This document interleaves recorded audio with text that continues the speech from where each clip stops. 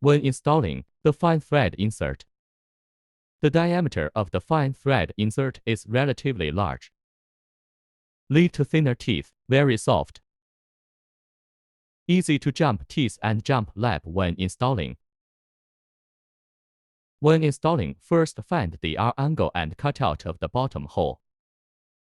Align the incision with the R angle. Fingers pressed into the incision. When rotating in, no need to press down. With the screw in.